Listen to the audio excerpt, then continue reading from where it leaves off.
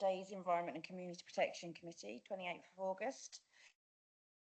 So in the case of an emergency, if there's no planned fire drills during this meeting, there are no planned fire drills during this meeting.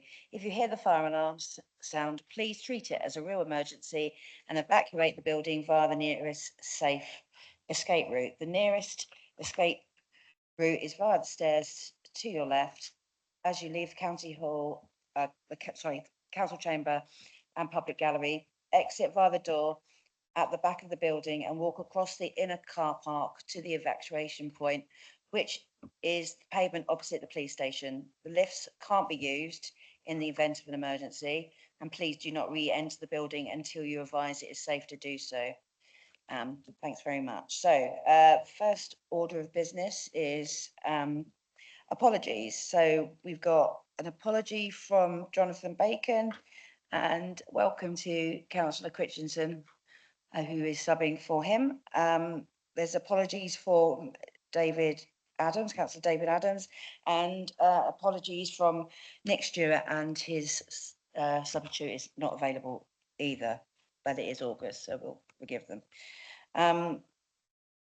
So on to the minutes. Has everybody read the minutes? Has anybody got anything to say about the minutes? Chair, if I may, just to pick up on the point made in the minutes about referring to a future meeting with Councillor Spink and Service Director Natasha Dix about the wording in the waste section. There was a meeting that was held, and Mr. Newitt was in attendance as well with that. The outcome of that meeting was largely everyone's happy with the current wording. Best way to say that. And, a good debate was had over it, but it's to remain as it is. I think the point was it was to do with the act, isn't it? To do with the legal terminology. Yes, that's correct. We had a discussion about the terminology. Councillor Speak did agree with me that it is very, very complex information, and has emailed to confirm the couple of minor amendments we have accepted, but on the substantive point, we have stuck with the wording within the report. Thank you. Thank you very much. So everybody's happy for me to sign the minutes? Yeah.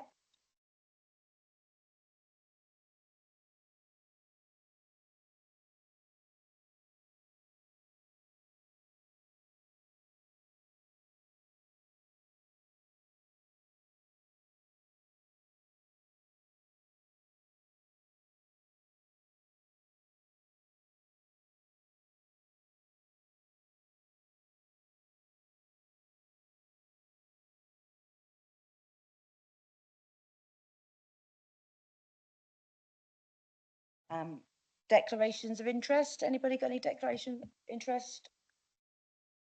No, none recorded.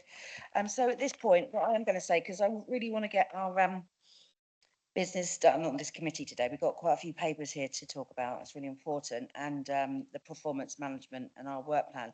So would like to do members' questions at the end, if that's possible. So I'm moving that to number 8.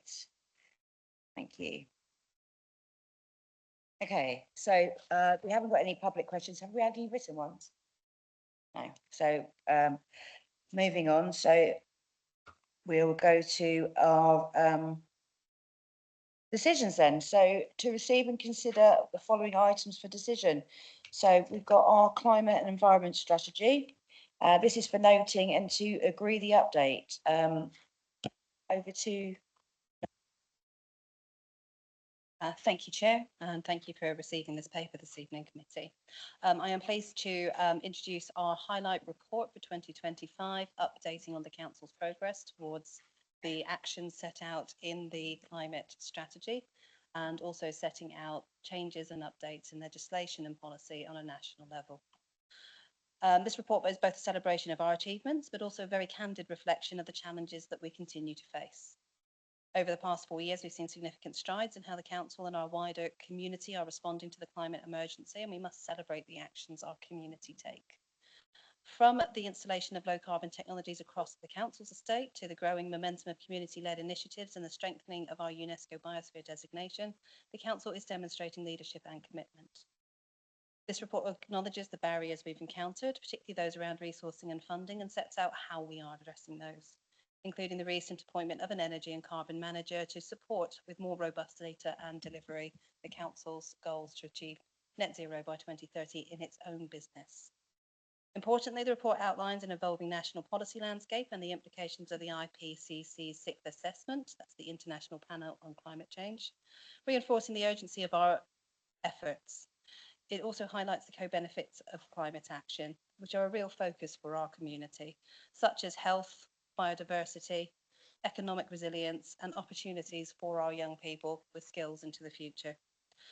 Tonight, we are asking the committee to improve the inclusion of the achievements and recommendations into a full strategy review, which will be brought forward in October.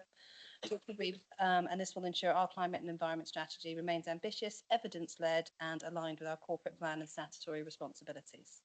Thank you, and any questions? Thank you, Natasha. Anybody got questions? Councillor Ward. Thank you, Chair. Can I just set the scene?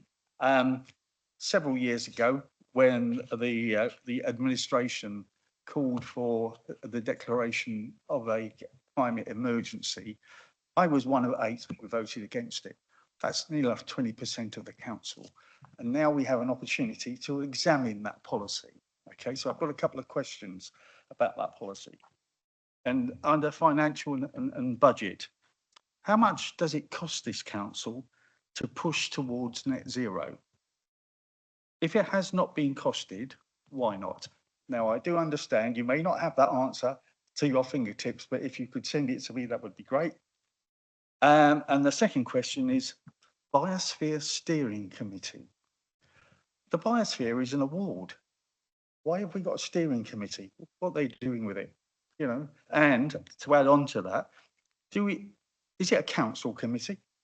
And do we contribute financially with it, to it, even if it's only staff time? That's the other question. Thank you. That's it. Natasha, thank you.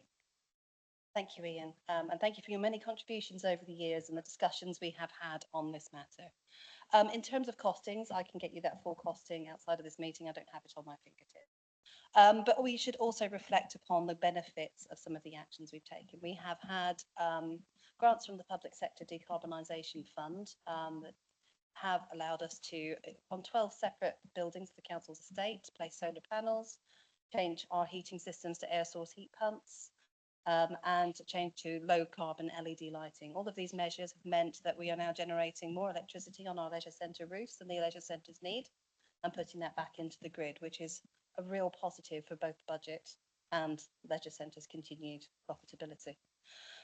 Equally, you'll have seen that we are no longer receiving many complaints of the county hall having its lights on all night, because all of our lights are now motion sensors and they all switch off. So there are a huge number of benefits that come in that. I will get you the full costing. In respect to the Biosphere, it is a very exciting conversation. So that the Biosphere Award was provided to the Isle of Wight and its surrounding waters because of the way that we already work as people, as a culture, as an economy, with a sustainable development community. It is not solely an award that is to do with plants, which is a common misunderstanding.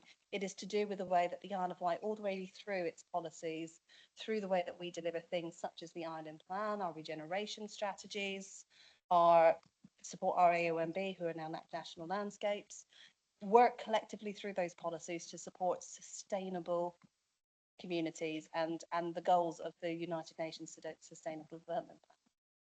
But we cannot do that alone as a local authority, and we are not the only management authority within the pie of biosphere management. There is also the Marine Management Organisation, the Environment Agency, the National Trust, all different landowners involved with this, CIFCA, MMO, lots and lots of different organisations. So all of those organisations take different actions within their policy that support the principles and goals of having that Biosphere Award, which is a badge of honour, and it gives us a huge amount of respect in terms of tourism, and also gives us opportunities to promote the island. The Biosphere Steering Committee is not the council's bit. It is the bit that we have helped set up, that sits as an independent group who act autonomously and self-governing. They have a member from the Isle of Wight Council who attends that is non-executive, so not decision-making. And they also have 1 day a week of staff time to help administer setting that group up and help make sure that we are flowing information back and forth between the organisations and working together. That answers all your questions. That's a full answer to all of them. Anybody else got a question? No, so you comment on it. Obviously, I would be in favour of this. So thank you, Chair.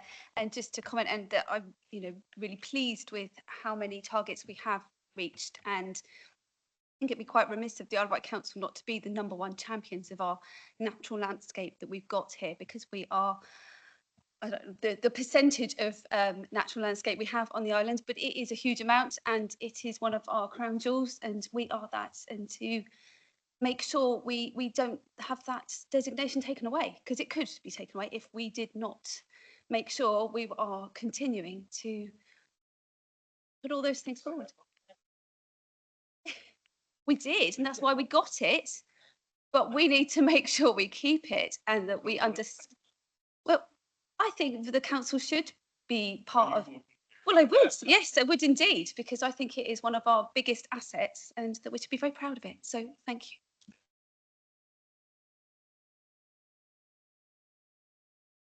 You go for it.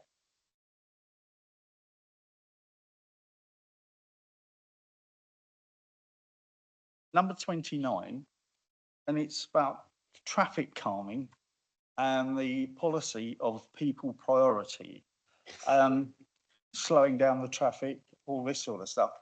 Well, I'm an engineer. You slow down the traffic, you increase the pollution. Isn't that what we're supposed to be guarding against? Engines run faster, pushes out more carbon dioxide. This is really a policy that is, hitting itself in the belly, really. Just a comment. A lot of people don't realise that. Slow the traffic down, you get more pollution. Thank you. Yes, it is. Unless you're pushing it. I think it's an excellent strategy. So my understanding is about how we all live and work in harmony together, both living, animals, plants, what's on the ground, what's in the sea. And most of our biosphere is actually in the sea, right? So just want to make that point. So we don't have cars in the sea, so that's good. Well, there is a Transport for London, lots of information on there about the emissions at lower speeds, and that, Okay, yeah. that they are lower. Ask the letters. Change your mind, Councillor Ward. No. But thank you for listening. I'm reading. Yeah. Anybody else would like to make it? So we're basically noting this and noting the updates in it.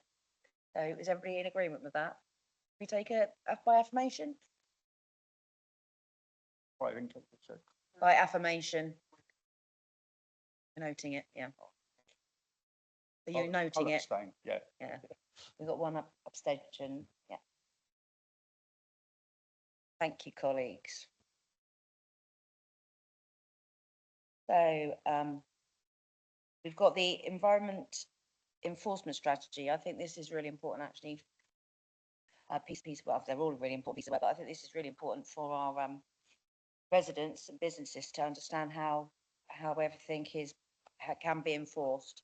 So I think this is a really good piece of work. So I'll hand over to you, Michelle. Thank you. Thank you, Chair. So yes, thank you committee members for considering this report.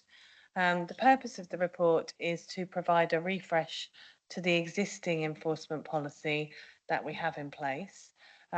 This enforcement policy covers environmental health, trading standards, licensing, environmental enforcement. So it is to ensure that, waste management, apologies, I knew there was another one. It's to ensure that obviously we adhere to legislation, we adhere to best practice, and that we ensure that that we give the relevant information in a clear and transparent way to those people who may be impacted by communities enforcement, and also those people that want to find out more about it. There are a few changes, but no changes in legislation. So we're still operating to the same legal policy, it's still operating to the same legislation, which is the Legislative and Regulatory Reform Act 2006. So that is where you will find the sort of basis for this policy. And the main changes that you need to consider are that it includes additional information about how enforcement action will be advertised, and it includes additional information about how those under the age of 18, so those undergoing enforcement action as juveniles, will be dealt with. And it also lays out, obviously, if you've read through the policy, it lays out all of the different pathways that can be taken, the different options that are available to our enforcement officers, so that it can be very clear to members of the public, either those who wish us to take enforcement or those who are having enforcement upon them, exactly what the council can do and is able to do, and also maybe on the other side of the coin isn't able to do through the legislation that we have in our power. That's it in a nutshell, but I'm very happy to take questions. Thank you, Chair. Thank you for the report, Michelle. This document should, and it states at the front, provides a framework for how regulators should engage those it regulates. Obviously, it does state what tools are at the council's disposal, but it doesn't. My belief is this should act almost as like a user guide for people enforcing, as well as the people that are being enforced upon. It doesn't set out ways and time scale and process and ways that those enforcements may escalate.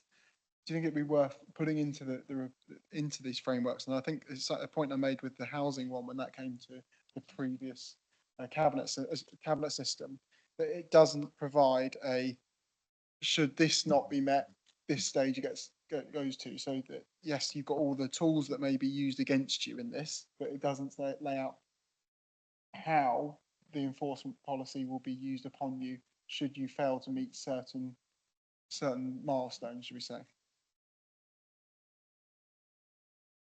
Yeah, I can see what you're saying.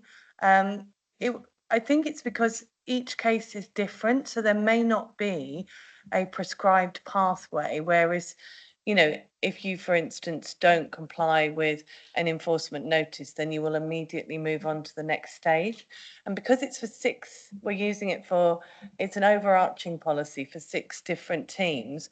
Obviously, each of those teams have different methods of working. Now, I know that the trading standards, licensing and environmental health have what we call our service standards. So that gives you more detail in, as you know, for the people, if you put in a complaint, this is how it is dealt with. And if you are the recipient of a complaint, this is how it is dealt with. So it's not necessarily within the policy, but it is within other publicly available documents. So we can certainly go through those with you. And if if there is additional information that is required, then we can look at how we make amendments to the service standards. That will be relatively easy. As long as there is somewhere where someone can understand how they are going to be treated, as well as an officer know how they should be treating. Because what you don't want to see is some officers reading it more strongly than others, maybe, or others showing more leniency when they shouldn't. Or but there should be some kind of standardization in how this policy is enacted on our residents. So are you saying that this is an overriding one and then everybody else has their own? Yes, so this is the policy for the community service for any enforcement action that is taken. And then I can speak for the teams that are within my service, and I'm sure that it's replicated across the other teams. But we have service standards which will give the public the public promise, as it were. You will be dealt with in a clear, transparent, respectful type manner. This is what will happen if you put in a complaint. This is what will happen if you are the recipient. So, but they are tailored to those particular teams. So that, I think that's what you're asking for. And we can certainly, if you, I mean, they're on the website and I can certainly go through them with you. And, you know, if you think there's any room for development, we can have a chat about that. Follow up, Chair, if you may. Yeah. My question mainly comes from a resident's concerns from a previous year when there was two separate residents that had different experiences going through the same system. So essentially, I was just making sure that there is a framework laid out that standardizes the way that the enforcement policy is enacted. Essentially, yeah. Yeah, that's what the service standards will do. Yeah. Yes, so that lays the basis for, you've got the legislation, then you've got the policy, and then that will translate down into the interaction with the public as the service standards.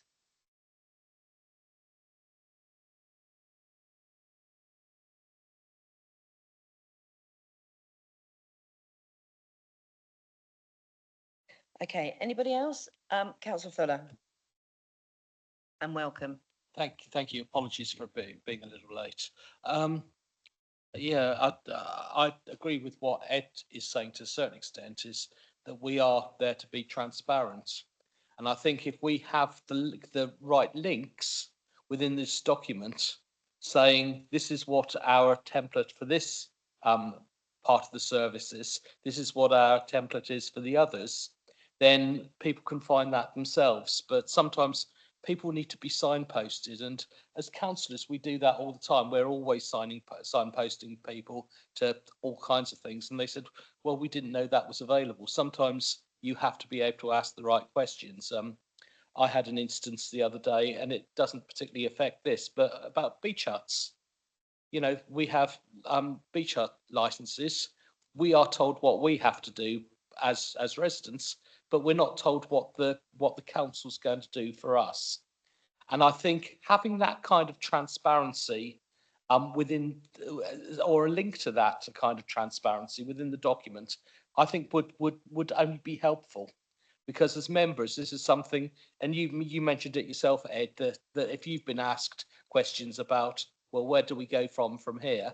It highlights that, you know, sometimes on a bank holiday Monday, I'll get a telephone call from somebody and saying, well, actually, we've got this license here, but what does it actually mean? And then I've got to sort of like look at all the policies, and I'm you know, I'd like to think that I'm not particularly an idiot, but sometimes it's quite difficult to find that further minutiae of detail that residents will want to be able to make the right choices about how they move forward. We don't want to be coming along with a sledgehammer and hitting somebody for something that they didn't properly understand.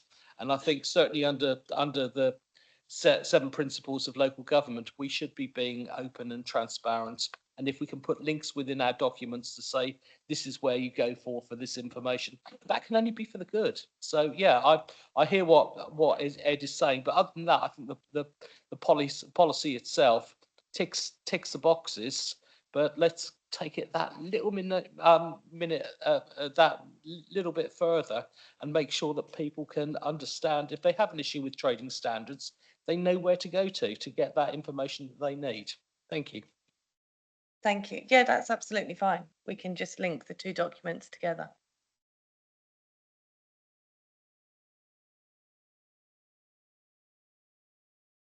Very much. Anybody else got a question? No? We all quite happy with this then? Can I have a vote?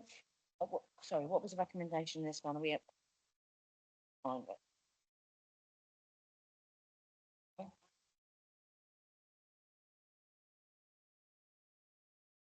107, sorry.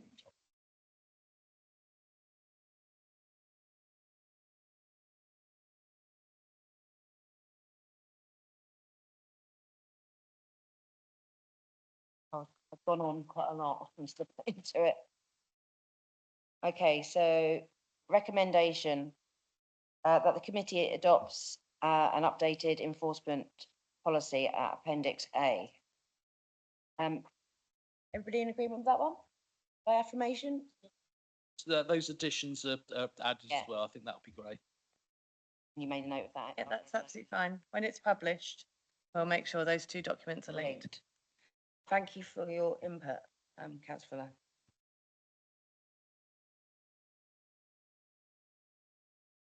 The landslide and coastal change adaption plans, pages 145 to 170. Natasha Dix, thank you. Thank you, Chair. I'm pleased to present this report, which outlines the urgent need for landslide and coastal change adaptation plans for the Isle of Wight's most vulnerable coastal areas. As we've seen in Bonchert, St Lawrence, Ventnor and the West Wight, the impacts of climate change, rising sea levels, more intense rainfall and increasing ground instability are no longer distant threats. They are happening now and they are affecting lives, homes and infrastructure. This paper sets out a proactive community-led approach to adaptation, informed by recent events and supported by national guidance. It proposes development of flexible long-term plans that will help us respond to evolving risks, protect public safety and support sustainable development. These plans will integrate with nature-based solutions, infrastructure resilience and community engagement, and will align with the shoreline management plan, the draft island plan strategy and the local nature recovery strategy. We've already secured some funding from the South Regional Coast and Flood Committee, which provided us a dedicated community coordinator to support this work.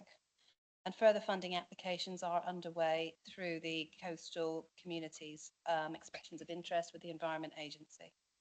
The recommendation today is for you to approve the development of these adaptation plans for these high-risk areas identified within the report. And this is a critical step to ensuring that our coastal communities are not only protected, but are empowered to change their future in the face of ongoing coastal change. The recommendation is that the committee approves the development of landslide and coastal change adaptation plans, initially for the high-risk areas identified within this report. Thank you. It's a great piece of work. Anybody got any questions on this one? There's quite a lot of stuff in here. Yeah, Councillor Ward. Thank you. On page 154, it's got how we're going to change. Right? All right, okay. And the bay, Sandown and Shanklin, is how we're going to deal with it is wetland creation. Okay. Where are we going to create a wetland? I don't say this to be challenging. I'm just interested. Yeah. Absolutely. Through the chair. Absolutely. Thank you, Natasha. As you are aware, as we move behind Yavelin sea defences, we then have the wetlands and the Sandown marshes. So when we look at these areas, we're looking holistically, not just dead on the shoreline, but we're looking at that coastal area. So the local nature recovery strategy identifies that the lowland wetlands to the rear of Yavelin, moving across and all the way through those marshes along the extent of the Eastern Yar, are an area that need to be developed in that way. So it's not referring directly to the shoreline itself. Appreciate that. Yeah, it's just that I've got residents who live on the River Yar quite literally, and they get flooded quite regularly. Yeah. And if they make that a wetland, they're more at risk than perhaps they would be. These plans are very much about looking at that next 60 to 100-year period. Oh, as you all know from the shoreline management I'll be plan, back. You can come back. The shoreline management plan sets out epochs. So it was agreed in 2010. The first epoch went through to 2025, where we are now. The next epoch is 2055, and the next epoch after that is 2100. So it builds an epoch and it changes policy over time. Of course. And as we look at that over time, we feel that preparedness is more important than not preparedness. We have a plan that was agreed in 2010 on the shoreline management plan, and then it was put away. It's on the internet, people can read it, but we have not continued to promote it. These plans will allow us to work directly with the communities to understand what coastal change may or may not look like and how we will respond to that. But more importantly, do that with the communities and the people that live there, not do it to them. So it is all about that co-development and community coordination. So it's a holistic approach in collaboration with residents and businesses. That's my understanding of it. Yeah. Councillor Fuller. Thank you. Seeing this policy, I see it as being quite positive. But one of the things I wanted to flag up, and something that is recognised by government, is the involvement in local communities.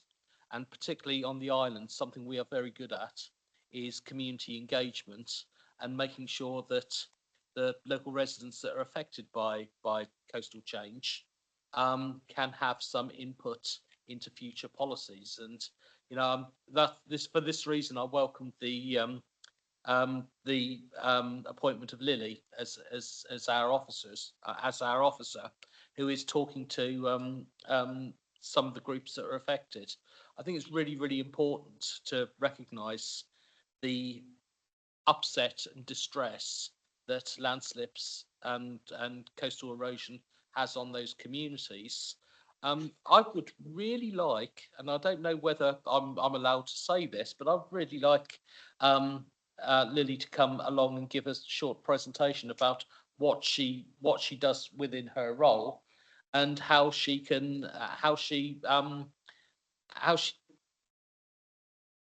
local communities to trust her. Because I think a lot of the time, councils aren't usually the first people that local communities will go out and trust. So I think that her job is really, really important. And I know when I was on the RFCC bidding for Lily's post, one of the things that was recognised is that local authorities elsewhere don't particularly take that. They're reactive rather than proactive, and it's an opportunity for us as a local authority to be able to be better in control. But I think one of the other things as well, we've had the Section 19 reports that have been issued as well, and there are Section 19 reports. I have so much jargon that gets stored up there. But the Section 19 reports following flood issues will also have recommendations. And with all the greatest will in the world, and with all the money that the local authority has, it is all about partnership working and working with other agencies, and making sure that communities can understand the limitations sometimes of what they're asking for, and if they can't get what they're asking for, why they can't get that, and what they can do to try to address things, because sometimes there may be other solutions. And I think what we've seen in the last 3 or 4 years is a real need to be able to bolster our flood team, which was originally you and James. I think, or a few years ago, was basically just James. But now we have more people, and we actually have a team in place to be able to talk to local communities about being resilient and supporting, the impact that flooding has had. Also, I'd like to mention about the environment planning in what are they? The emergency planning team, about the work that they do as well, because there is a huge crossover. But we have storms, and it's usually Darren that gets called to come out and deal with things. But if we can get things right earlier on, if we can make communities more resilient, and we can support communities and making sure that those flood plans are in place and that they are effective and can be effective, then isn't that a good thing? And I've seen firsthand some of the discussions that we're having with Gunville. The residents in Gunville, they didn't like the Isle of Wight Council at one stage, but they're now so involved that they actually feel part of the decision making. The same applies at Monktonmere Brook and in other parts of the island. I hope we can Thank do you, something in Rachel. council as well. I will say that that's what I just spoke about, collaboration, and that's the work that we do. And without talking about people specifically in the council, the emergency planning have done a huge amount of work, especially with RIDE, about the flooding and a community resilience, etc. So that work is ongoing. But going back to your point, I think that needs to be an informal meeting. That shouldn't be coming to this meeting. Okay, but we'll organise that. Thank you. Ed? Thank you, Chair. This report is vital, really. As a council, we have been essentially, in a perverse way, voyeurs on a lot of situations and not been actively trying to intervene and protect our residents. And what this report proposes is being able to delegate to officers abilities to go and apply for funding and get some schemes off the ground that we desperately need. Pick up on the point 39 with includes the conceptual model of St Lawrence Undercliff. Of course, this is in my ward, and this led to a devastating landslip. But however, it is only a conceptual ground model. There is no evidence based on from deep boreholes on how this landslip system works. We need to understand that.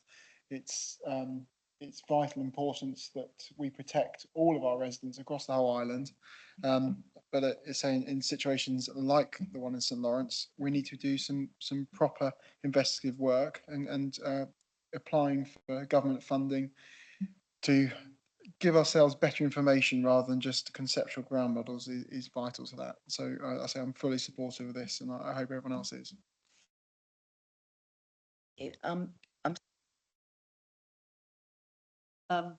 More of a comment. Unless I'm talking Oh, to Claire. sorry.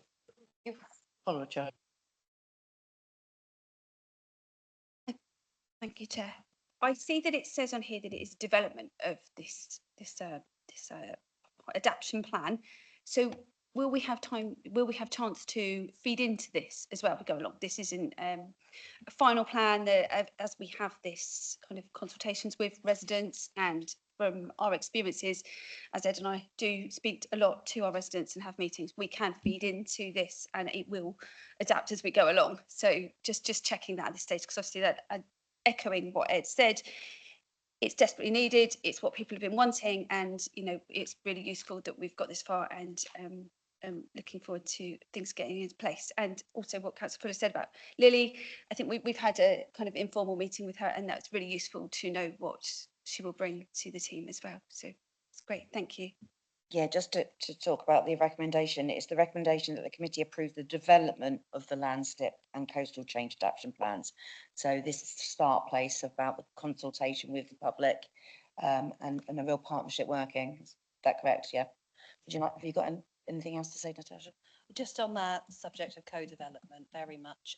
It is both considered best practice by the Environment Agency as well as ourselves now to develop strategies and plans as co-designed with the community. That is not just doing a consultation, that is having coastal cafes, that is having coastal meetings with whole community groups that are open for people to join. That is going to the community and making sure that they are not just being spoken to, but part of that development, part of that writing, part of the change, to develop plans for their areas that they understand, that they can be part of, and that help them work better as a community to look at the long term, but also, as Paul has reflected, look at the emergency management side of it and make sure that we have, through those community groups, good resilience plans for how the community, as well as the council support and other risk management agencies, are part of mitigation, resilience and adaptation over that period of time. And I'm kind of part of that. I'm really seeing it with the community of Married Monktonmead. We had a desktop exercise. I joined from Cyprus, and people really got a lot out of that. So it's going on, and we need to capitalise on that. Thank you. Nessa. Thank you. A couple of facts. The island is what the glacier left behind when it carved out the Solent. It is made up of everything that man-made can think of: green sand, clay, gold clay, the lot. Eventually, all that will be left of the Isle of Wight will be the limestone ridge between Bembridge and Thing. So we have to accept that the whole island is gradually moving most of the time. Secondly, we have the highest coastal erosion rate in the whole of Europe. I don't know whether people appreciated that. Thirdly, the National Trust should either be here, in my opinion, or whatever, because as far as I'm concerned, they're not doing their job. The farm behind me, the ditch has never been cleared from the top to the cliff, which means that the fields, as the water comes down, the fields are ponding. And that is what helps to create landslips. So why aren't the National Trust more involved and here? They own an awful lot of land on this island. The other thing is, every time we build more housing, the more concrete you lay, the more ground you cover, which does not allow water to drain away. It's forced into smaller and smaller areas, in which case are we as a council making sure that all the ditches at the sides of roads are being regularly cleared. Another fact, I went to a climate conference. Who went? 2007? No, obviously I'm the only one. And the comment then, and that's 2007, was it isn't the amount of rainfall that now falls, it is the sheer weight of it. And that is why the glaciers are disintegrating, because of the force of the level. I've been in Jamaica when a downpour, you really could hardly stand up in it. And we are getting to that stage. So therefore, we have got to accommodate that into any plans that we have. Southern Water were here one day. I can't remember what I was attending, another meeting. And one of the gentlemen there said to me, the trouble with that Southern Water have is we have very old pipework, 5-inch, 7 if we're lucky. And when we get a very heavy rainfall, the sewage, the rainwater system cannot cope, which again is why we get ponding, we get flooding. So all these things have to be taken into account, whatever strategy we set. I can see, Natasha, you, I'm sorry for the lecture, ladies and gentlemen, but I want to give a broad perspective of what the island is. Thank you. Vanessa, do you agree with this policy then, and what's contained in it? You're happy with what's in there and what we're looking at? Are you happy with what's in there? Yes. Natasha understands exactly what I'm saying. And as I said, I seriously consider that one of the prime things this council should be doing at the moment is checking all the ditches. There are 5 ditches, drainage ditches between myself and Shanklin. I live at Luckham. Not one of them has been cleared for the last 10, 12 years because in their wisdom, the Isle of Wight Council decided they couldn't afford the cost of maintaining those ditches. So again, we are creating ponds, which is just going to take the cliff away. Vanessa, what I was asking is, do you agree with the risk and adaptation table? What's in there at the moment? Yeah. Yeah, Yes. thank you. Yeah. Thank you. Councillor Cameron. Thank you. I want to just talk about the confidential reports, if that's okay. I'm really sorry.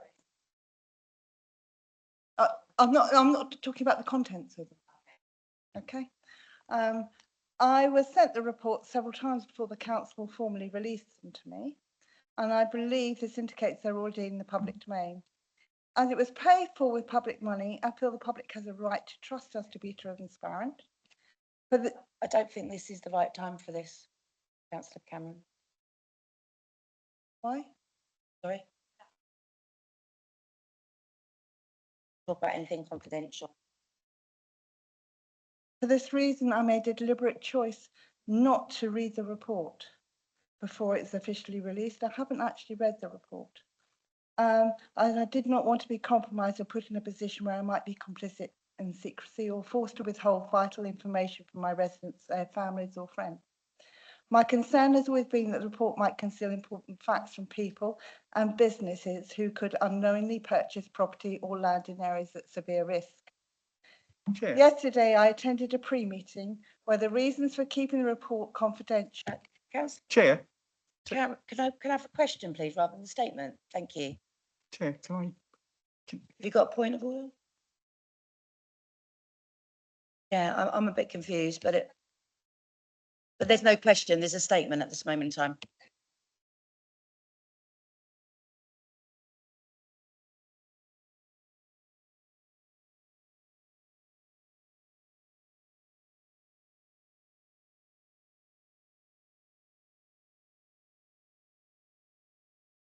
I've accepted the explanation and officers assured me that these reports will not be hidden from future purchasers, that they will be made available to planners and will be flagged during purchaser searches.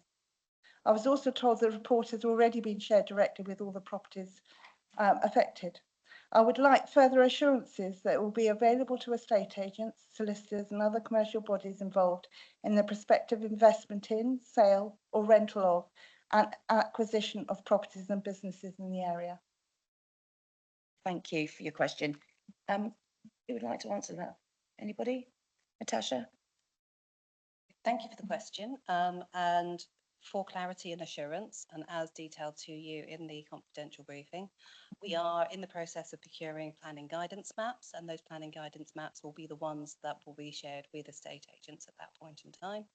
And also, as discussed yesterday, all of the relevant risk management authorities, officers of the council, and affected residents, as well as the ward members who manage those areas, have access to that report. And that is all that we have to say on that matter.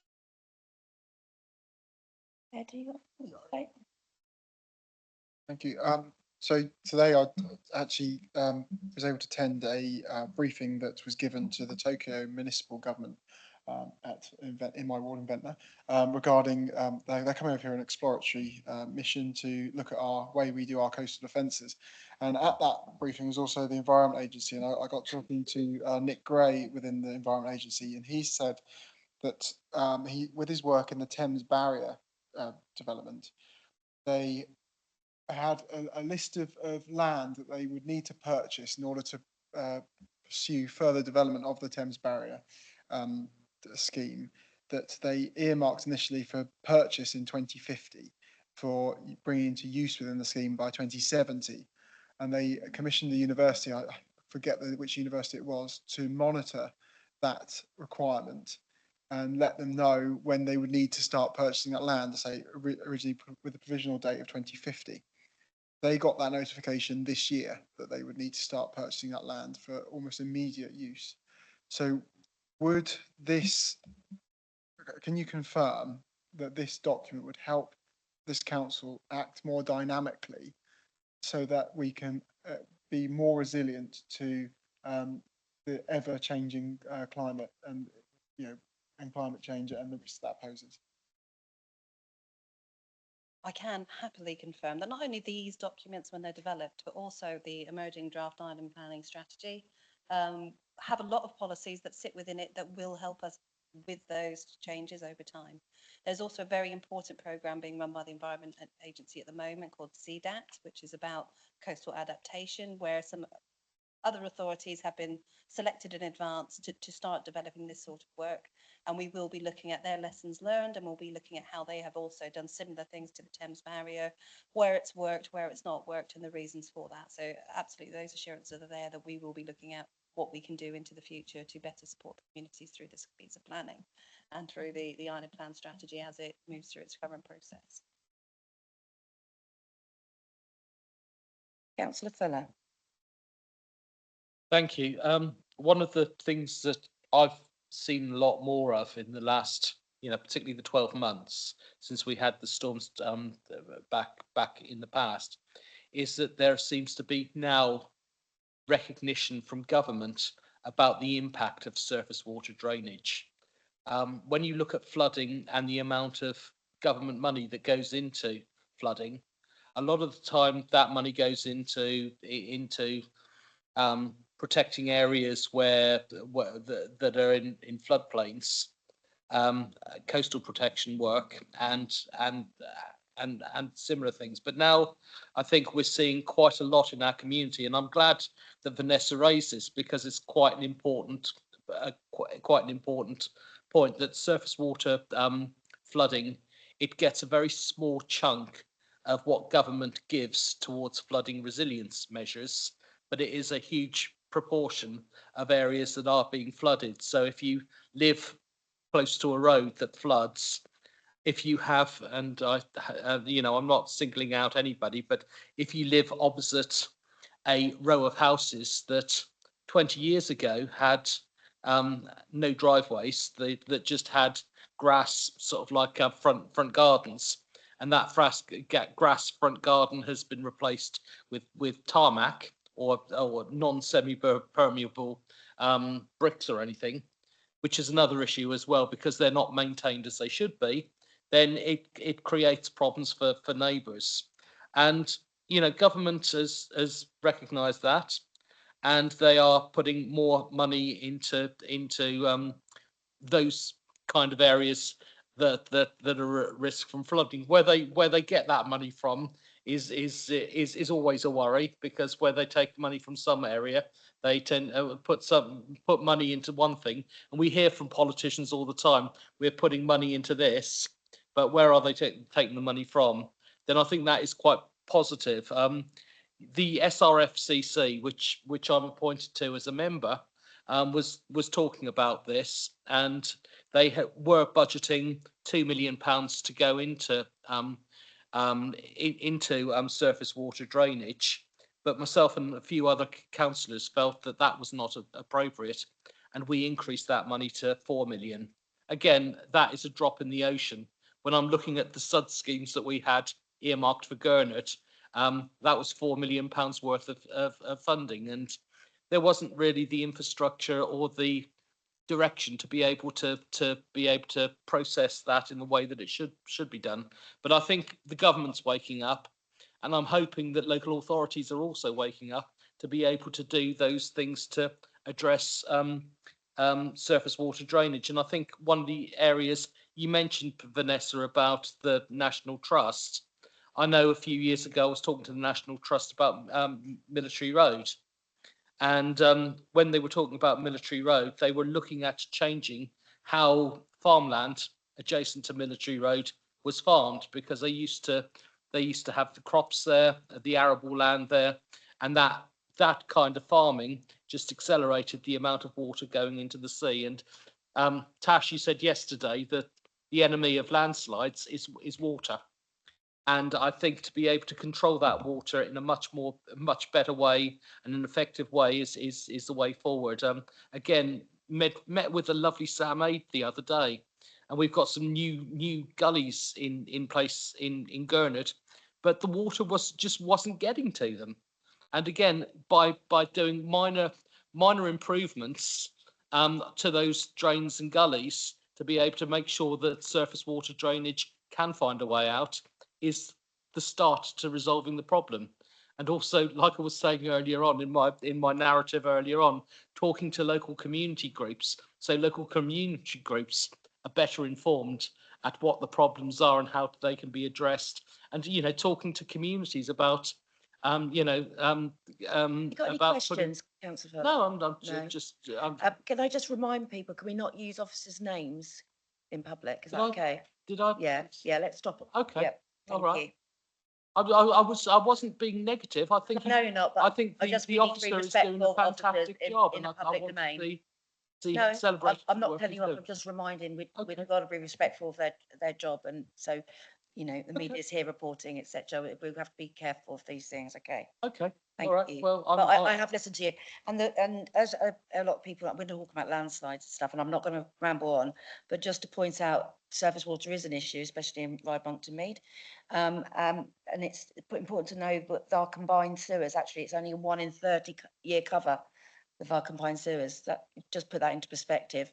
This is why it's really sad that the SUDS things haven't, you know, materialised, etc. Because we need to be capturing that water before it's even going into the sewers. That's where we need to be at.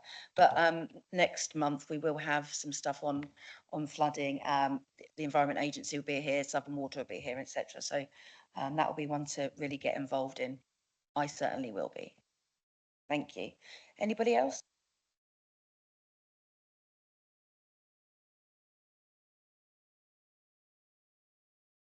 Natasha, you want to mention, or shall I just do the recommendation? Yeah, okay. So just to remind everybody again, the recommendation is that the committee, that's us, approves the development of the landslide and coastal change adaptation plans, the LCCAPS for high-risk areas identified in this report.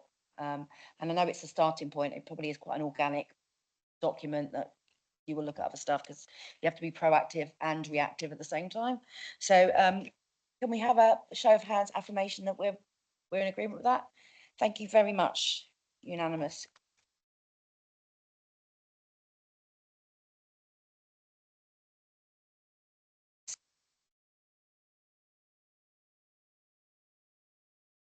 Sorry, so I just turned it off instead of putting it on.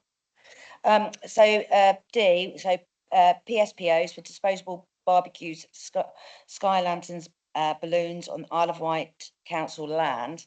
This came from our last meeting for a question that was brought up by councillor Critchison, and we asked for a piece of work to be done on this. So if I hand over to the officer, which is Natasha Dix, just for an explanation on this, thank you.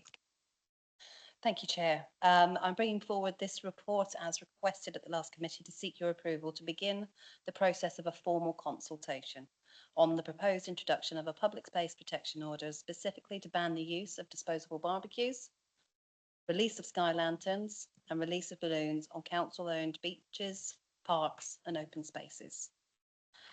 These items pose significant risks to public safety, wildlife and the environment. We've seen incidents locally and nationally where disposable barbecues have caused injuries and fires, where lanterns and balloons have harmed animals and contributed to litter and pollution. Many councils across the country have already taken action, and national organisations such as the RSPCA Marine Conservation Society support these measures. The consultation will help us understand whether these activities are causing a nuisance, which is vital to bringing forward a PSPO, and whether there is public and stakeholder support for introducing a PSPO. If approved, the consultation will be carried out in line with statutory requirements, ensuring inclusivity and transparency. This is a proactive step to protect our natural spaces, reduce fire risk and support our climate and biosphere goals, and I would welcome your support to move forward with this important goal.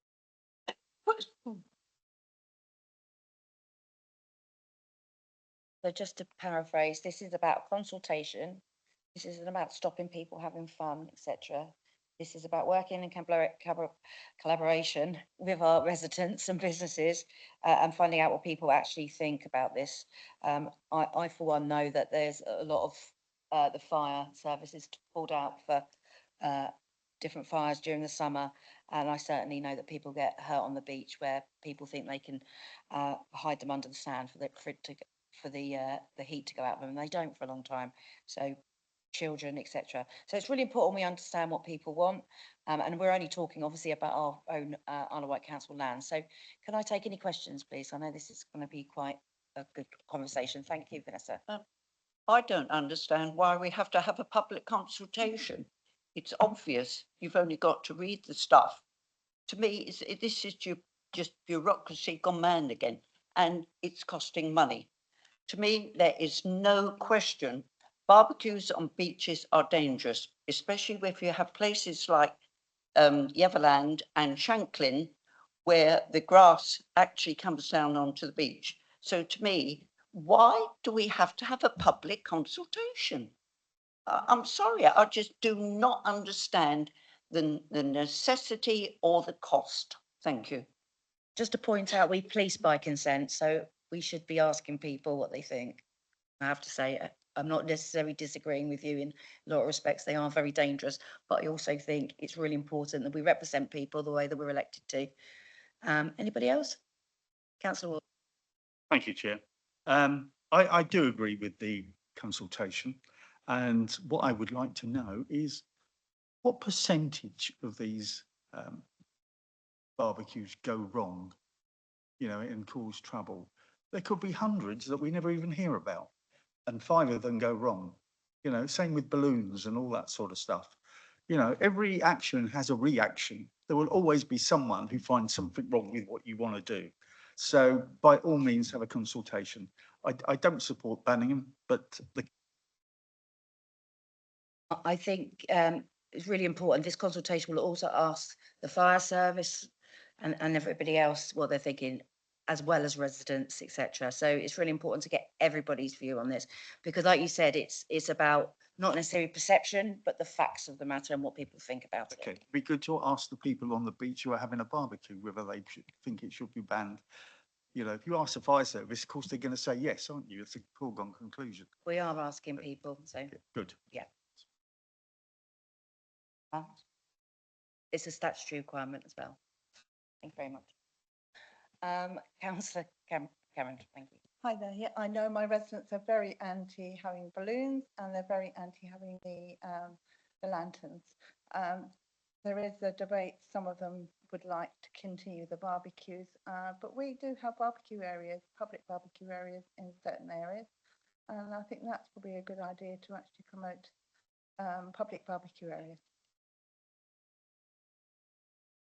No, I think Councillor, sorry, Ed Blake is going to actually bring up something that's really important, that we treat all of these subjects separately. Would you like to talk about it?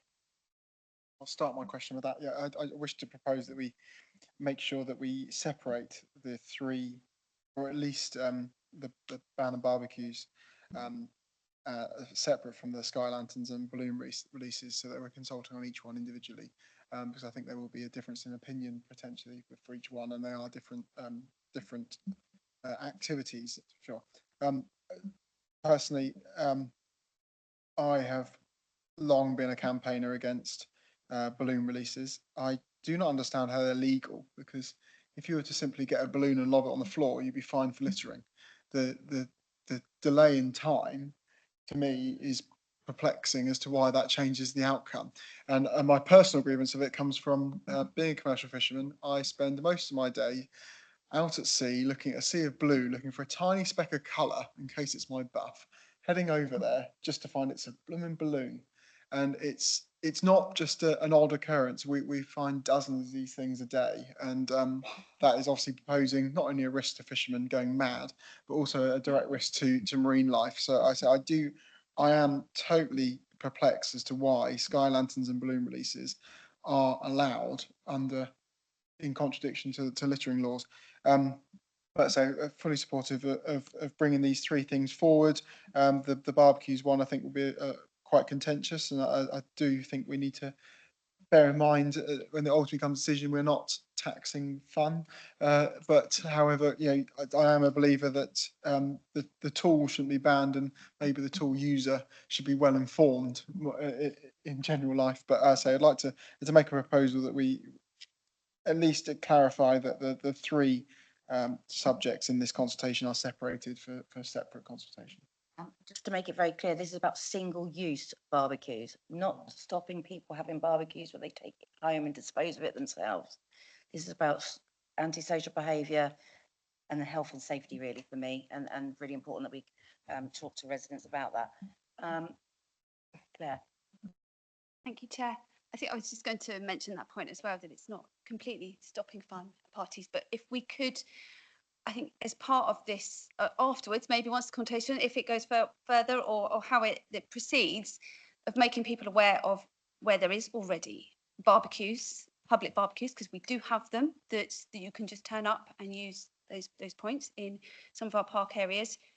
And maybe we can encourage more of those somewhere as well on our beach areas, but also that there are reusable options people can take as well. You can take your own barbecue. You just have to wait for it to cool down and take it home and dispose of it properly within the coals in your black bin as you should, rather than just leaving it for someone else to clear up for you. And I think that's a littering problem in itself, as well as the safety problem, and the fire risks are huge at the moment. And we've got wildfires all over the place, and we don't want to be adding to that with somebody's recreational use of a barbecue. But also the lanterns, they're also a fire risk as well. There's the sky lanterns that have got lights in them, candles and different things that they let off, and the balloons, and obviously they have been a nightmare for, like you say, fishermen, but also farmers for years.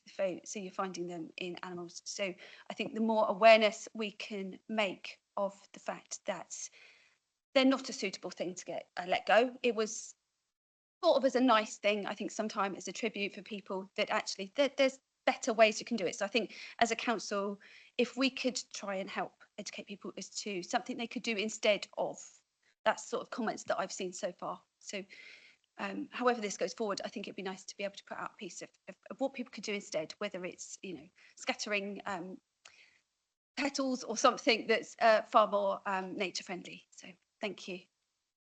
Natasha, I think that then leads into our media, kind of looking at what key messages we want to go out, etc. How do we work on those? Is that an informal thing that we do as a committee with you, or do you do that? We would develop those comms campaigns. We are more than happy to develop those campaigns as they support anti-littering, they support the reduction of antisocial behaviour, and they do support those health and safety messages. Memorials are a very, very difficult subject because we all want to show respect and show remembrance for our loved ones. And parks and open spaces are often a place that people choose to do so. And it can be very, very upsetting when we later have to go and remove cellophane wrappers or memorials that are left behind. But we also have to make sure that we're keeping the environment safe from harm. So it is a very difficult matter. We're certainly not fun police. Nobody wants to be the fun police. We all like to have a nice time, but we need to do so respectfully, safely, and ensuring that our surrounding community are safe in that way. So yes, we can absolutely look at some campaigns to look at alternative ways of having those memorials in public spaces, and definitely promoting where we do already have barbecue points. And as Karen, Chair, has pointed out, this is very much only about disposable single-use barbecues, not reusable barbecues. And we will, as Councillor Blake suggested, make sure that the consultation asks the questions separately of each item to make sure that we are gathering a wholesome response rather than as a cluster. And what I will say from my point of view, and I agree with the consultation, by the way, sorry, Councillor Ward, but this then goes back to our biosphere and how we look after our environment and how we live and work within that environment. And I think it's quite key, this conversation with that and actually looking after our environment. Thank you. So, anybody else? Councillor Fuller, sorry. Sorry, I'm trying to look at ways of phrasing this as a question rather than as a statement. I know Vanessa was sort of like saying, well, why are we consulting? I think one of the 7 pillars of public life is that we have to be open and transparent. And if we are going to ban something that may be controversial in a few eyes, we have to ensure that we are ticking the boxes, and we have to find out from our local residents why we are doing something. And sometimes when we go out to consultation, we will have some feedback that comes back from farmers. Now, farmers might say, well, I had this small fire on my land a few years ago, and the reason why we had a fire was because of the sky lantern that happened. And I know on the island there were a few fires that had occurred, but it's about building up that evidence and being able to show our community what that evidence is before we make a decision to potentially ban something. So I think it's, and you know, I think what Ed is saying about, you know, his views as a fisherman going out and chasing this school of fish that he thought was something that was going to make him rich, and finding out that it was just a big balloon that had been left. I can see your frustration, Ed, and I hear about frustration all the time from fishermen. But I think getting back to the point, it is really important that we are transparent in this consultation, and we make the right decisions. The other thing I was going to say, again, it's not a question, but I know that it will come back as a question from our town and parish councils, is what can town and parish councils to do to actually support what we're, you know, this new policy. And sometimes town and parish councils might say, well, actually, we haven't thought about this, but we may want to fund a public barbecue area on our land, and this is perhaps a way we can do that, because we are fed up with people with disposable barbecues coming along, sticking their barbecues on our picnic benches, and finding out that picnic benches and disposable barbecues don't sometimes work, particularly when they come with a few cans of pop, which often disposable barbecues have. You know, I'm not getting away from this. There have been incidents that have occurred, and I know Tasha's team have shown us photographs of litter bins that have been burnt.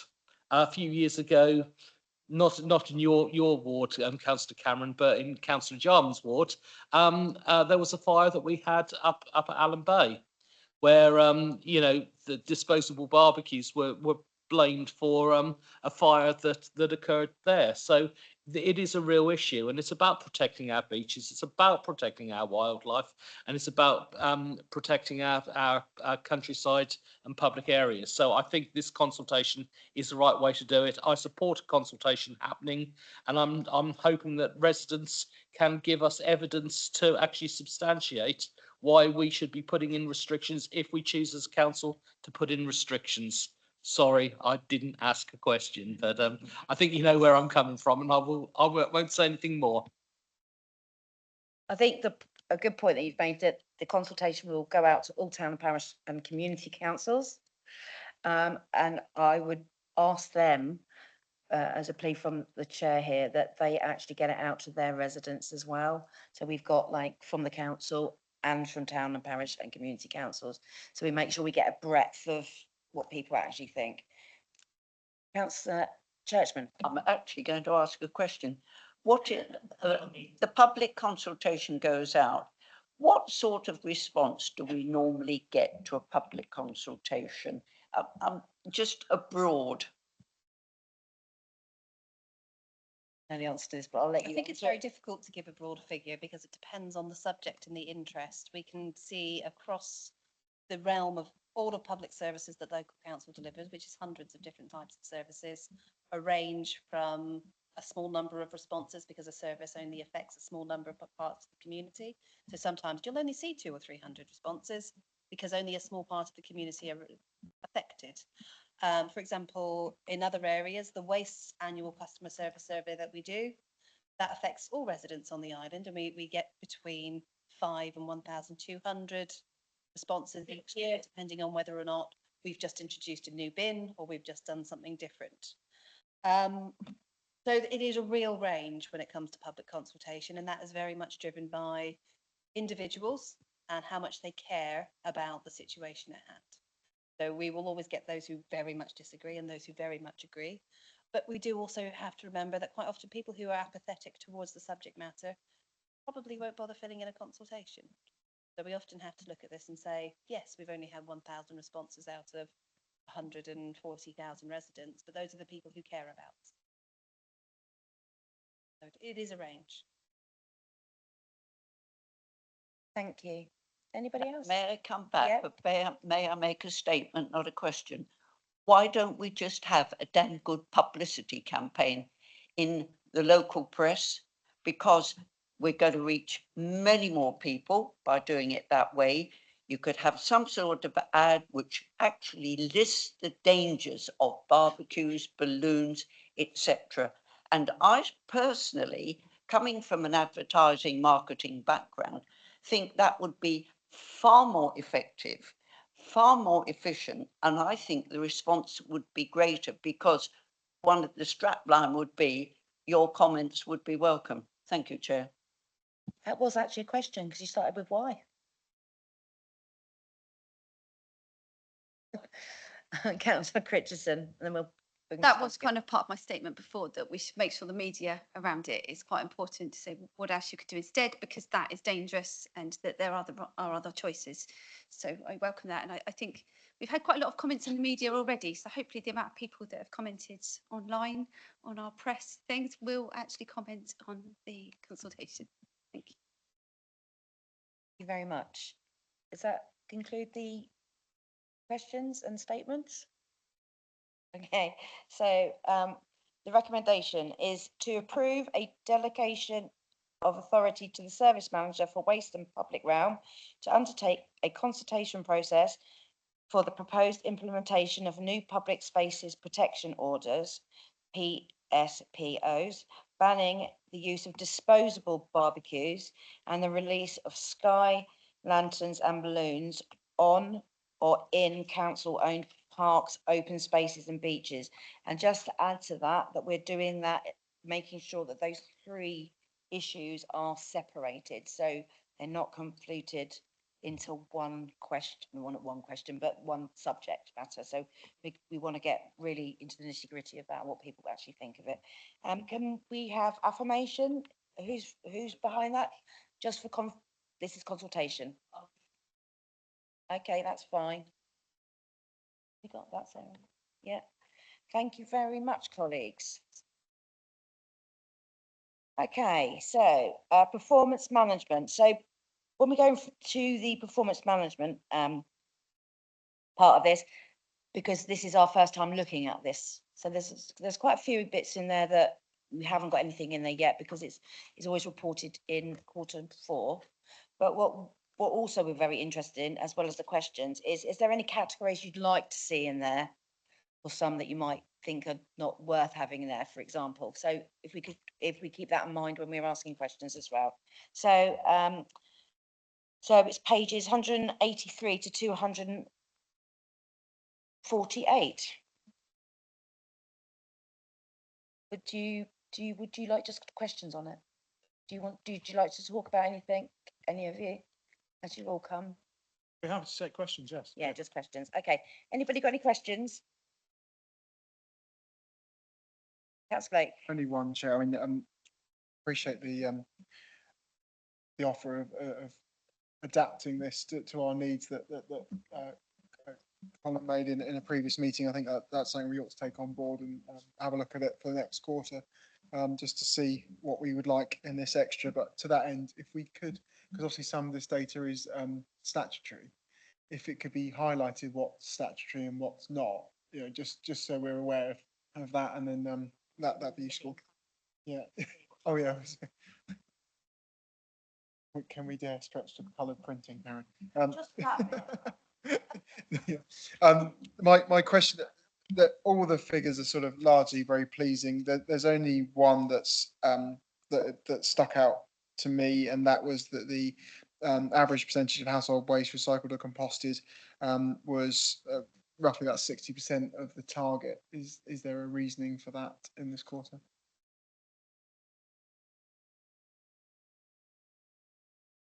Natasha Dix, I know you're looking up at the moment, but when you're ready. I was just going to the appropriate page. Yes, it is lower than it should be in this quarter. We have seen some composition changes, and we do need to do some campaign work to really help our community remember what goes in the right bin, and make sure that we are collecting things from the right bin. And we do generally see that target pick up later in the year, particularly as we get towards a point next year where we have things growing. One of the big factors with those recycling targets is green waste. And as you are very aware, we have been in a drought situation for a number of months now. There's been very little rain, which means there's been very little gardening. So we on a very wet year, when it's warm and wet and everything grows, our recycling rates are really easily met. On a year like this, we could go from 8,000 tonnes of green garden waste coming into the HWRCs, the recycling centres, down to possibly only 2,000 tonnes. So that will directly affect on the our ability to hit those targets. Supplementary. Of course. There has recently been a dispute with one of our contractors about public waste bins and stuff, and my understanding of that has now come to an end. I appreciate that's a matter for another committee. However, would the numbers that we're seeing here be drastically affected by that waste not being in the system, having not been collected, and now coming into this? As a council, we collect litter and waste from a number of different contracts. Even if certain litter bins have not been collected, that doesn't mean that litter has not been collected somewhere else in a different waste stream or litter picked. So quite often that litter will turn up somewhere else, or will be collected by some of the excellent green town schemes that exist around the island. You go litter picking and pick that up. So what we see is a shift in the pie and the wedge of where that waste is coming in from, but what we wouldn't see is a dramatic shift. The only thing from our litter bin world that doesn't go into the mechanical treatment plant to get sorted is collections from the dog bins. And so they go directly to landfill because their composition is very dense and wet. Everything else, be it a park litter bin, a street litter bin, a litter pick from the community, goes into the mechanical treatment plant. All of the residual waste goes through the sorting system to separate out very excitingly, if you're into waste, using near infrared scanners, the different plastic types, and so that we can have bales of different types of plastics and different densities of plastics, separates ferrous and non-ferrous metals, separates cardboards, papers, 3D fractions, Tetra Paks, mixed materials. And we do that with the dirty waste stream as well as the clean waste stream, so that we are maximising that amount of recycling that then can go onward to reprocessing. So although that pie of collection may have shifted, the overall tonnage still goes into the same facility.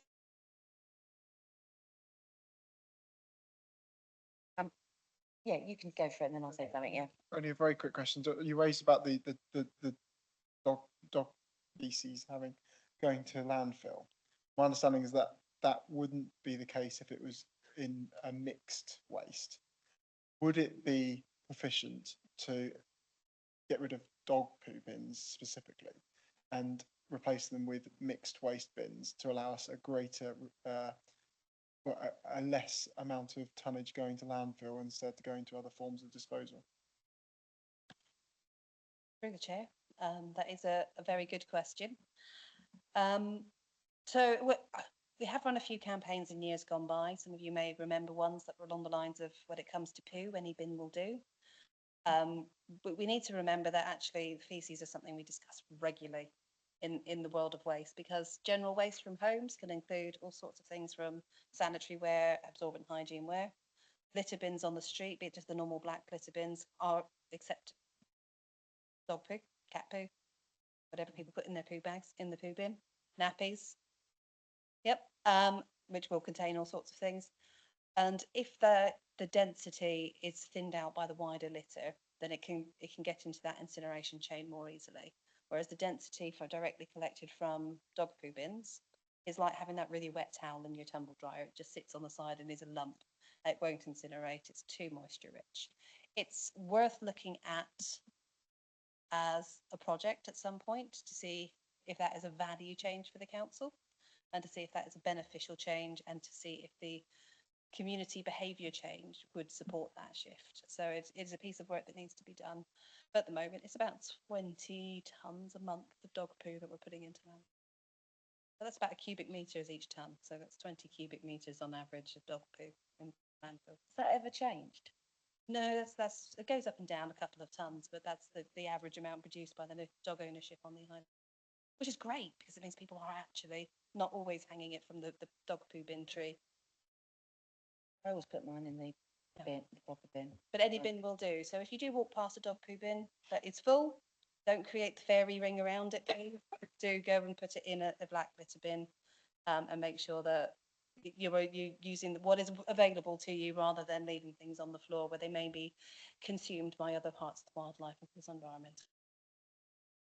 Did do a media thing actually in Ride for that, and some people actually said to me, I've never forgotten that, and I put it in the black bin. And actually don't put it in the dog bin anymore. So it's worth doing that, I think, getting the message out there even more. So get it down a few tonnes. And Councillor Fuller, have you got a question?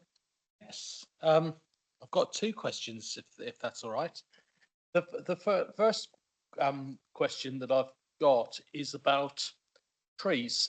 It mentions on page, I can't find the page, but that we are planting more trees at the moment. We know that with ash dieback hitting the island, we're also losing trees as well. So is there a net increase in the amount of trees that we are planting? Because you know, we are getting funding to do precisely that. And the worry that I have is that, oh, I'm getting off the question. So yeah, that's my question. Through the chair, the actual figures I will go and get for you and send to you in writing afterwards. But what I will, and I do know, is that we are increasing the number of trees we're planting. The recent tree policy that was agreed by full council has within it that plan that on all council land, for every tree felled, 2 are replaced. So our plan is to always ensure that we are now moving forward with that increase in trees, and we're currently working with some really exciting opportunities where we can plant mini forests in some of our public realm areas. So we're going to start consulting with town and parish councils on where we can achieve funding to do mini forests and really bolster that tree growth of a mixed different kinds of woodlands, but also look forward as we have a warming world around us. And my second question is again along the same lines about dog poo. You know, you stick dog poo on the agenda and you could speak all evening about it. But you know, I've been telling residents for years stick their dog pin in the general waste bin because it's more environmentally friendly to do that. Why aren't we doing it? Why can't we just, you know, and I want to sound like Vanessa here, but I'm not going to. But this is it's a non-brainer. It's less expensive to be able to do that. It also means that where there is not a litter bin and there is a dog bin, people don't put their litter they put their litter in joint bin, and it's going to save us more money in the long term. It must do.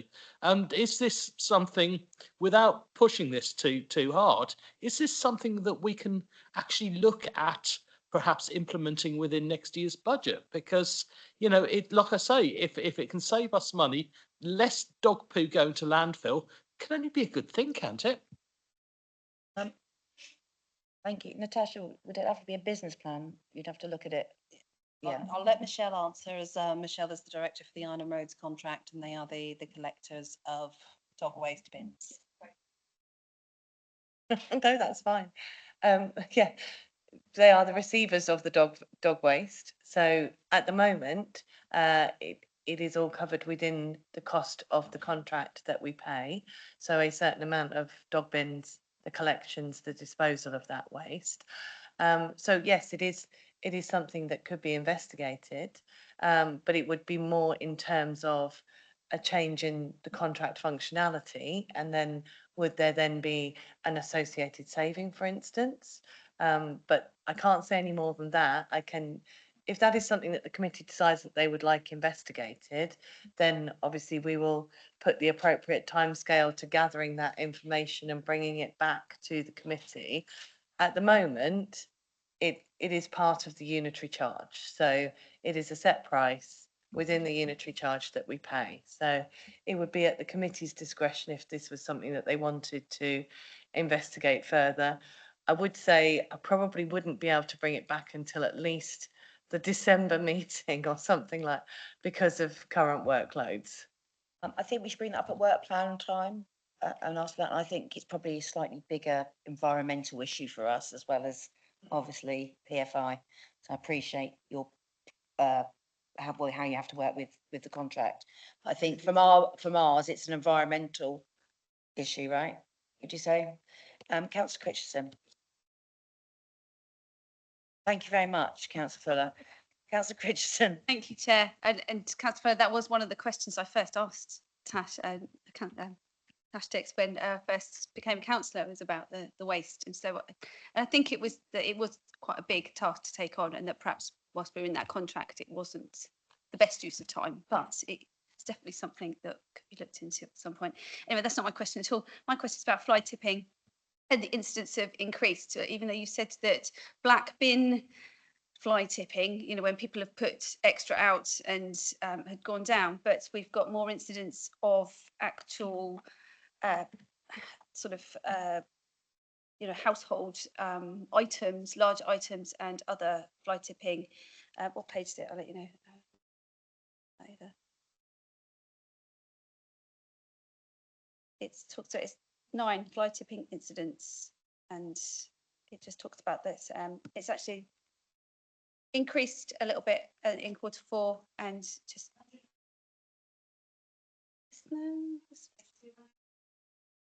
yes, 205. Yes.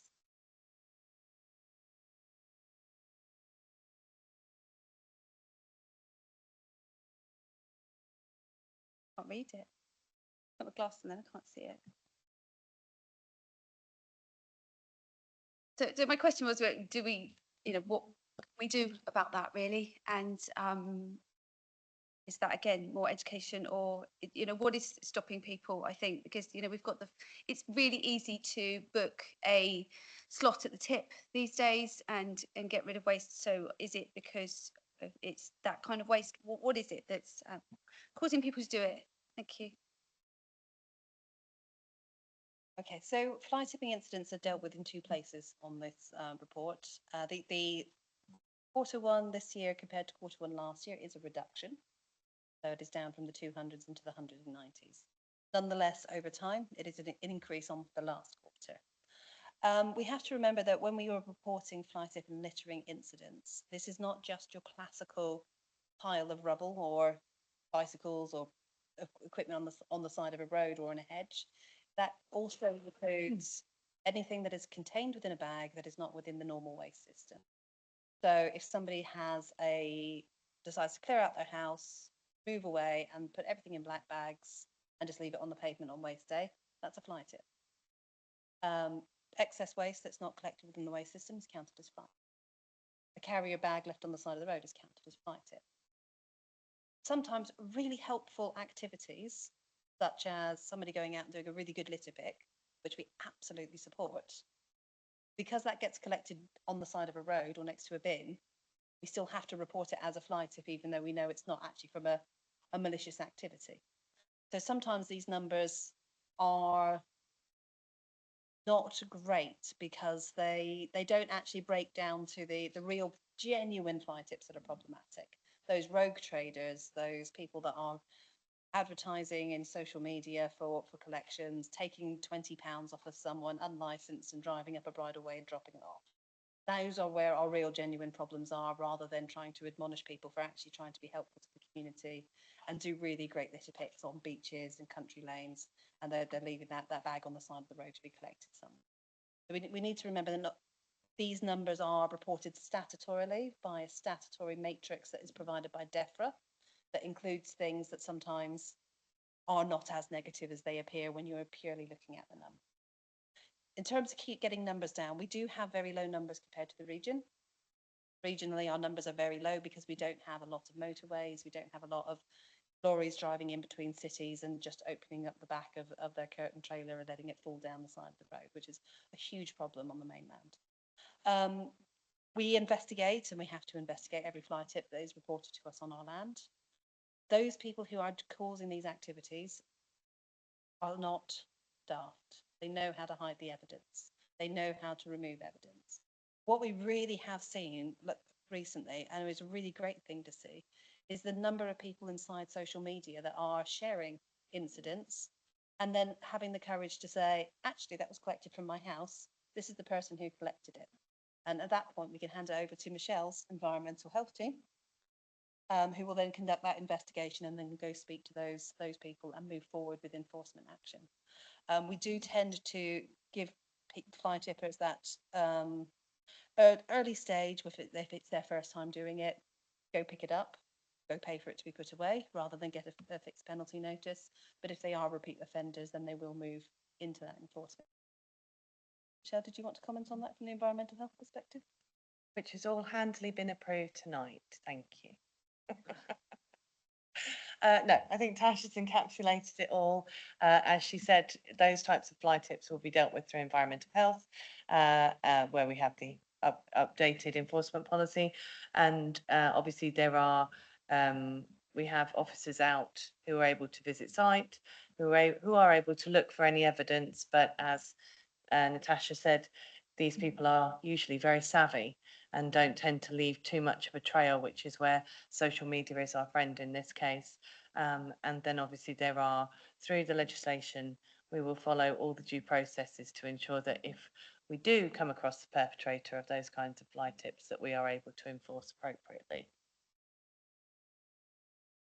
Today, yeah.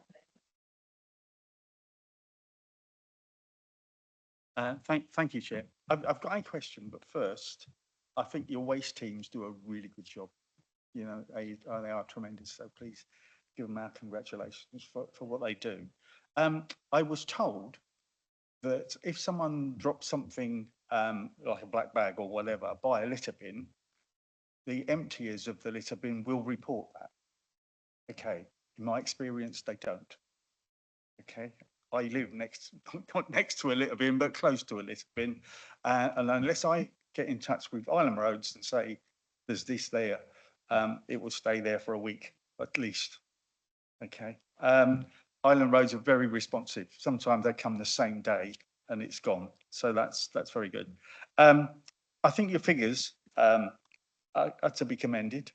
There's, you know, we can always do better, but you know, 92% is pretty good actually, out there. I know there's other areas that could be improved, but we could always improve on everything, couldn't we? This is my question. Can we visit the waste site? Can we have a visit to the waste site? My partner told me about a week or two ago that she went to a talk about the waste site and she said, it's fascinating, you want to go. And I've been asking since Steve Hastings, remember him? So last request, thank you. Natasha, I think it's because it's been accepted now, we probably can start looking at that, can you not? Yes, so now that we are in a position where the energy from waste plant has passed its acceptance tests, we are generating enough electricity for 6,000 homes a year from the waste of the Isle of Wight. Great thing to be applauded. That means we are now in a position where all of that construction accoutrements, things that come with construction are off-site. So we should be able to organise that for the committee in short order and arrange for the committee to visit the site and get as excited as I do about the trommels and the lasers and the air knives and all the amazing pieces of technology that separate recycling and then help us move that forward as well as our energy from waste. We're very lucky as a cabinet member to go there. It is very, very good there and you will enjoy it. You're okay. Go, Councillor. I wanted to say that our residents had a talk by your waste people and they thought it was fabulous. So very good, and I would recommend all the residents groups get together and have a talk. The one thing I wanted to ask on your number of trees planted, who actually plants these trees?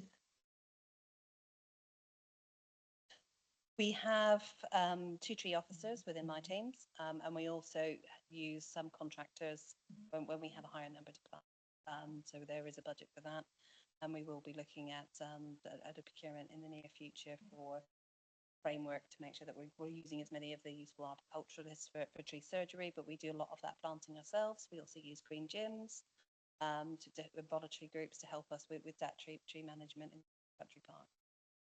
So it's managed by us, mostly planted by us, but we also work with, as I said, voluntary groups, green gyms, and sometimes we use contractors if we're doing a larger scheme. The tree policy says to plant avenues of trees to combat climate change. Can the community be brought in? Can the community be brought in to help plant these trees? Yes, that is what we do with things like the green gyms and voluntary groups. So if you have a different community group that we haven't been in touch with or hasn't been in touch with us, please do get them in touch with us and I will put them in contact with our tree officer to help support that. I'm just going to say something, Vanessa, first. So about the fly tipping. So I just want to point out some good things. So we've had more action taken. And I know that the public are quite interested in that, so well done for that. Also,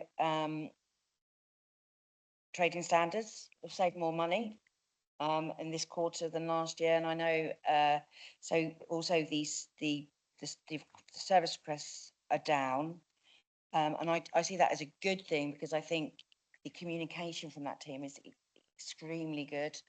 All the scam education, etc. So I just want to say well done to that. And the average days taken to respond to service requests has gone down as well. So I just want to say thank you to that team because that's a really good news story there. And I think as much as scrutiny that we're doing of it, I think these things need to be pointed out to people as well. So thank you for that. So Vanessa, for the last question, thank you. Yes, something I'm very unclear about. If a house is rented out, then I presume council tax is charged on that. But where does the waste collection come in? Because where I live, what is happening is people who are coming to stay in an apartment block down the road come out on a Monday morning and dump their sacks of rubbish at the point at the foot of Luckham Hill, and just leave them there. So houses that are rented out or second homes, does their council tax include waste collection is my first question. So, the way that council tax business rates is calculated sits under a separate set of regulations than the regulations that set out what we do and don't collect as a waste collection authority. All domestic properties that are used whole time as a domestic property are entitled to a waste collection service. Domestic properties that are used in the course of a business, such as self-catering holiday accommodation, need to pay for a commercial waste service. We do find occasionally that most of the time it's through ignorance of the law rather than intent. There are people letting their properties and simply telling those tenants, put it outside, it will go away, because somebody will phone and report it as a fly tip and it will end up being collected. So it's really helpful if those get reported to us, if there is a suspicion that Ofsted is not appropriately managing their waste, and then we can make sure that that is dealt with through the correct channels. But it is not directly attributed to whether or not they pay council tax, because the threshold for council tax and the number of days you let a property is different from the legislation in the controlled waste regulations about what is commercial waste and what is household waste. So that although they sound like they should sit together, they don't sit together or speak to each other at all in terms of their how they define those properties. I personally can't understand why every property on the island does not pay a form of council tax for waste collection, because the way that some of the rubbish is being dumped illegally is appalling, and it obviously costs the council a lot of money with fly tipping. And this is unfortunately what is happening. We are getting a certain amount of fly tipping in the tourist economy. Not only is it costing the council money, but it looks appalling to the rest of our visitors. So in my book, surely the simple answer would be every property on the island that has accommodation, that whether people live there half the time or not, just pays council tax towards waste collection. Problem solved. Easy peasy. Unfortunately, not the position in law, however. So we are obliged as the Waste Collection Authority to follow the Environmental Protection Act, to follow the controlled waste regulations, and that means that those properties that are being used in the course of a business do have to have a commercial waste collection. They are commercial waste, and they need to make sure that they're demonstrating that they have commercial waste collection through waste transfer notes, which is regulated by the Environment Agency. Our council tax total that comes into the council does not in any way touch the total spend of the council, and we would not be able to afford to simply just collect every property.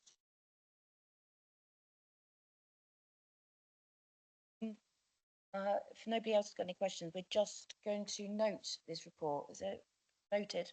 I'm going to say noted. We're okay. Affirmation. Yeah, thank you very much. Now we're on to the work plan. So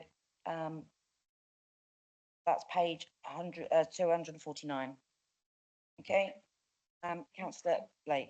To follow up from what we were saying earlier, Chair, I wonder if we could put onto the work plan a report into the dog food bins, and making sure we're being as efficient as possible in terms of not only monetarily making ourselves savings, but also improving the system and the delivery for our residents. How do you feel about that? You're going to go away and have a look at it and then. Yeah, so that's fine. It can go onto the work plan. I think the recommendation that I give would be it wouldn't make it to the 23rd of October meeting.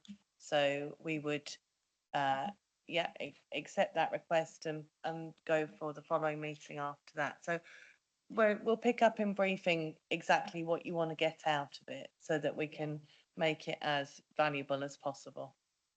Yeah? And have a chat. Committee will have some informal meeting, I think, and have a chat about all of that sort of stuff, and we'll talk about emergency planning, etc. in the next one. Okay, anybody else got anything they'd like to add? Bearing in mind the capacity of, we've got some quite big stuff. Next meeting, like I said, we've got the Environment Agency coming. We're going to talk about Ride, Monkton Mead and the reports, etc. So get reading. So if we get some good questions in there. So I think that's it really for work plan. I think, Councillor Fuller. It's not for something new for the work plan, but the Section 19 agreements that we have in being processed at the moment. If we're talking to the Environment Agency and implementing some of the recommendations, and I'm saying we, it's not necessarily us, it would be quite useful if we could tag on Section 19 reports and how we are supporting our communities. It's all part of that. addressing that. Yeah, Yeah. that's what I thought. I So, just didn't want that to be lost in translation. Typically, next time it's Ride, Monkton Mead. The time after it's your Landslide, etc. And then time after that, we're talking about The entire Eastern Yard. yeah, Gunville, Eastern Yard, yeah, and Brading. Yeah, so all of that, so surface water, you know, all of that, anything to do with flooding, we can speak about it to them, and that's why it's coming. Chair, it would be really useful if you could give or members could give me a briefing when I have my next SRFCC meeting to make sure that I'm making the right decisions on behalf of the local authority, because they all the time I need to push the case for working for the Isle of Wight. So yeah, anything members can give to me to feed into those discussions would be really useful. Thank you. We need to have a in the formal meeting as well, so we'll have a chat about that. Thank you very much. Officers happy with that? Yeah, okay, thanks very much. And thank you for your good work and answering the questions today. Thank you, I really appreciate that. So now it's members' questions. We got a written question from Councillor Cameron. Do that one first. Would you like to read out your question? Now that HUG2 funding has ended and the Warm Homes Local Authority Delivery Scheme is only just expected to support improvements to around 14 properties on the island this year, will the council actively engage and expand the list of approved installers under the Eco4 Flex scheme with additional PAS 2035 accredited installers to ensure more households can benefit from the scheme, so the island is not disadvantaged compared to other areas? At present, the residents appear to be limited to a single installer, which restricts both choice and delivery capacity. I'm asking this question because I have a resident that is terminally ill with cancer, and I've been working with a green company and we can't get any funding. He has no hot water and he has no heating, and we're trying to get the funding for him, and we're going round and round in circles. So we've got people on the mainland that will fund it, that are government approved, but we haven't got anybody on the island. Why? I don't know about the specific case, and I'm really sorry I about didn't, that, but hopefully we can maybe talk about that outside of this meeting, but I will go through the answer at this time, okay? So at this time, the council is undertaking a review of its contractor onboarding process for the EC04 Flex delivery. This process was originally established through collaboration between the Economic Development and Housing Renewals team. However, due to the evolving service pressures and recent restructures, capacity within these teams to continue managing the onboarding has been significantly impacted. Recognising the strategic importance of this work, we are actively identifying appropriate resourcing to ensure its continued till it continues basically, and effectiveness. Once this resource is confirmed, we will revisit the process onboarding opportunities in alignment with our delivery objective. So it's going to be looked at and it's How going to be quickly? looked at. So you're looking at it now, Tash, aren't you? The identification of a resource is near completion. And I don't know if Mr. Rowland would like to comment on that home insulation matter, because you used to run the Hampshire Warmer Homes and Insulation Scheme. So you have a lot more information on this than I do. Yes, we will be looking at a local authority scheme, which will widen the number of installers potentially. I do say potentially because I think the last time we carried out that exercise, a number of installers weren't necessarily interested in coming over to the Isle of Wight, but we will be looking at that. But the other point is that I think the individual themselves can apply for the funding. They don't need the local authority involvement. So if they want to look at the on the government website, which I've just been looking at actually on my phone for EcoFlex, what the local authority act is an additional assurance for people wanting to use a scheme. It doesn't necessarily have to come through a local authority in order for them to apply for the scheme. But we will be looking at widening the local authority involvement, and we are looking at resources to do that. Hopefully we can talk about that one outside of this and so we can get some help for that person, because that needs to be looked at. Okay, so we did, for being transparent, because we're important about being transparent here, we did have another question, which I didn't allow because it was asking a question of the committee rather than me specifically. However, I have been in Cyprus. He knows that my other half had an accident and we got stuck there quite a while. So Councillor Blake was actually looking after this. So I'm actually going to allow him to give the answer that he was going to give at the time, if that's just because out of fairness, really. Thank you. Thank you, Chair. Do you want me to read the question or do you just give the answer? I think just give the answer. There was a question from Councillor Jarman came in and it asked each individual member of this committee to give an answer. So to that end, I prepared an answer. Whether I was going to be acting as chair or not, depending on circumstances. I'm pleased that Councillor Lucioni's been able to make it here today. But the answer to the question that was posed that I prepared is as follows. As ward member for the area in question, I can with full accuracy state that all current and potential affected residents, businesses and landowners have been given access to the report in its entirety. Following their collective wishes for that report to remain confidential, for whatever reason, the report has not been made available. If a resident wishes to share the report in the context of their property, a report relating to their property only will be issued for circulation. To that end, I believe that the confidentiality measures are entirely appropriate, and this measure should be reviewed on a case-by-case basis should another similar situation pose itself. Okay, so I've done that out of respect for the question, but with making sure that sensitivities around that are in place. So I hope that's okay. So does any other member have any questions pertaining to the agenda? Although I think we've probably asked a lot of questions tonight anyway. Anybody else? Have you got any more statements to make? I've actually tabled this one as a question. Really? Is the chairman aware that Footprint Trust can also help individuals try to get? Sorry, if I knew I'd say something wrong. Is the chair aware that the Footprint Trust can also support people that are having difficulties with heating, insulation, and so forth, and they can be contacted? And I've got written this down for Becky for contact details on my bit of paper, because they are quite focused on getting exactly that kind of giving that support to residents, and very, very vulnerable residents in many areas. Yeah, I think that's really a valid point, and I think that's why we all need to support you with that resident.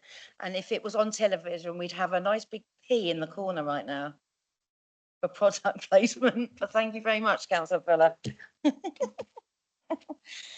So that's the end of our meeting. Thank you very much.